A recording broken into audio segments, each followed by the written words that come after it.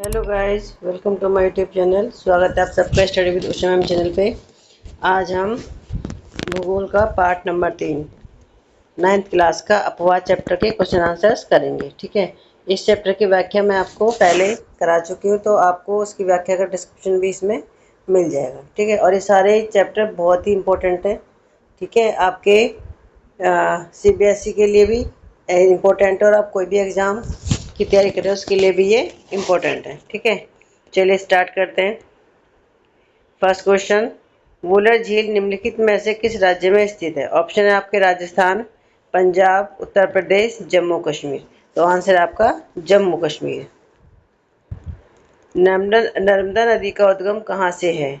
Option है सतपुड़ा, अमरकंटक, ब्रह्मगिरी या पश्चिमी घाट के ढाल से। ठीक है, तो आंसर है इसका अमरकंटक।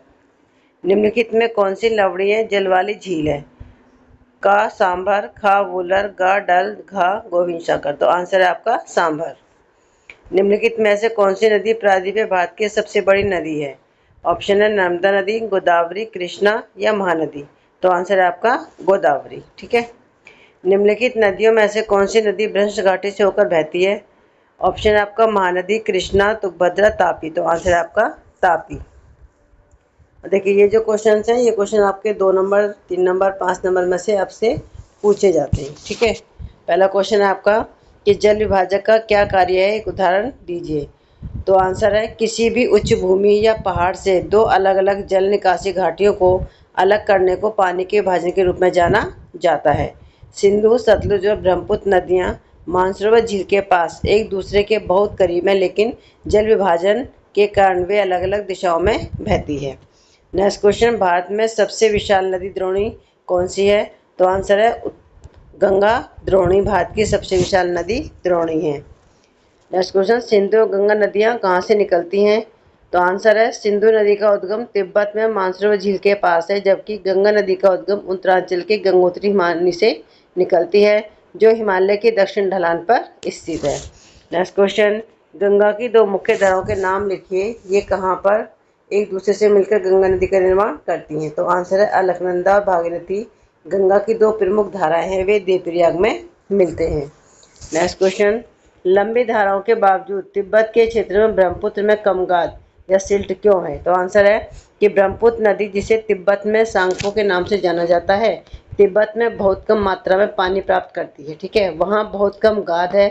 दूसरी ओर यह नदी जब भारत में प्रवेश करती है तो यह ऐसे क्षेत्र से गुजरती है जहाँ भारी वर्षा होती है। भारत में यह बड़ी मात्रा में पानी और बड़ी मात्रा में गाद प्राप्त करती है। नेक्स्ट क्वेश्चन, कौन सी दो प्रायद्वीपीय नदियाँ गर्त से होकर बहती हैं? समुद्र में प्रवेश करने से पहले वे किस प्रकार की आकृतियों का निर्माण करती हैं? तो आंसर है नर्मदा और तापी दो प्रायद्वीपीय नदियाँ हैं जो गर्त से होकर बहती हैं तथा ज्वार नदियों का निर्माण करती हैं। नेक्स्ट क्वेश्चन, नदियों तथा झीलों के कुछ आर्थिक महत्व को बताइए। तो आंसर है कि नदियों का जल प्राकृतिक संसाधन है और अनेक मानवीय क्रियाओं के लिए है। ठीक है, सेकंड है नदियों के तट प्राचीन काल से ही निवास स्थान रहे हैं।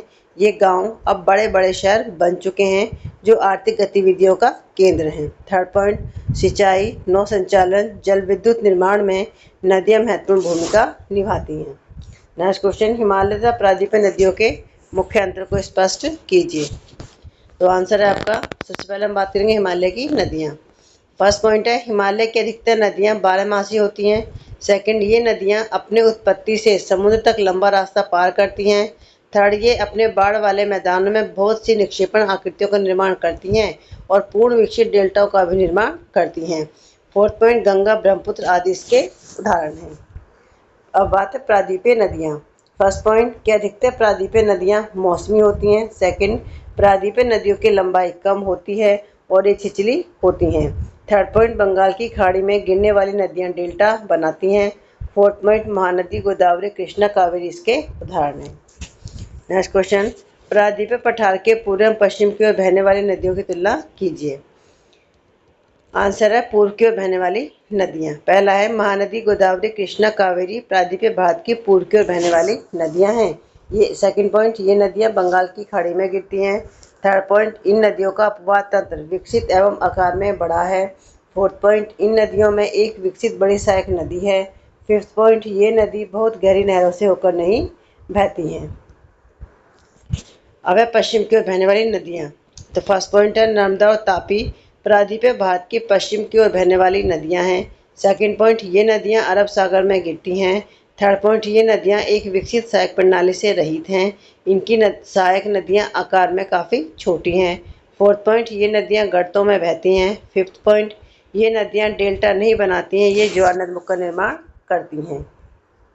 नेक्स्ट क्वेश्चन, किसी देश की अर्थव्यवस्था के लिए नदियाँ महत्वपूर्ण क्यों हैं?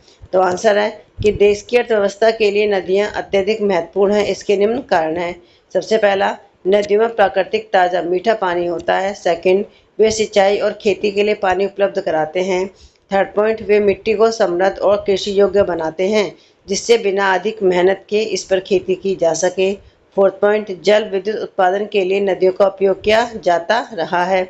फिफ्थ पॉइंट, कुछ झीलें भी महत्वपूर्ण पर्यटन स्थल हैं। देखिए, अभी तक जो क्वेश्चन किए थे वो आपके अभ्यास के थे, जो आपके बुक्स में दे रखे हैं। ये क्वेश्चन है, ये आपके एक्स्ट्रा क्वेश्चन है, ठीक है, और ये भी इम्पोर्टेंट है। पहला है कि गंगा नदी तंत्र की विशेषताओं का उल्लेख करिए जिसके कारण वह अन्य नदी तंत्रों से भिन्न है। आंसर है कि गंगा भारत की सबसे लंबी नदी है। इसकी लंबाई 2500 किलोमीटर से अधिक है। सेकंड, यमुना, घाघरा, गंडक, कोसी गंगा की हिमालय की सहायक नदियां हैं, जबकि कृष्णा, कावेरी, गोदावरी प्रायद्वीपीय नदियां हैं। थर्ड पॉइंट, गंगा पूर्व दिशा में फरक्का तक बहती है और फिर दो भागों में विभाजित हो जाती है। एक भागीरथी हुगली जो बंगाल से होते हुए बंगाल की खाड़ी में गिरती है। फोर्थ, दूसरी शाखा बांग्लादेश में जाकर ब्रह्मपुत्र के साथ मिलकर विश्व में सबसे बड़ा डेल्टा सुंदरवन बनाती है। फिफ्थ है, गंगा नदी तंत्र उत्तर के विशाल मैदान के बहुत बड़े भाग को सींचती है। नेक्स्ट क्वेश्चन, ब्रह्मपुत्र नदी में जल एवं सिल्ट की मात्रा बहुत कम होती है, क्यों?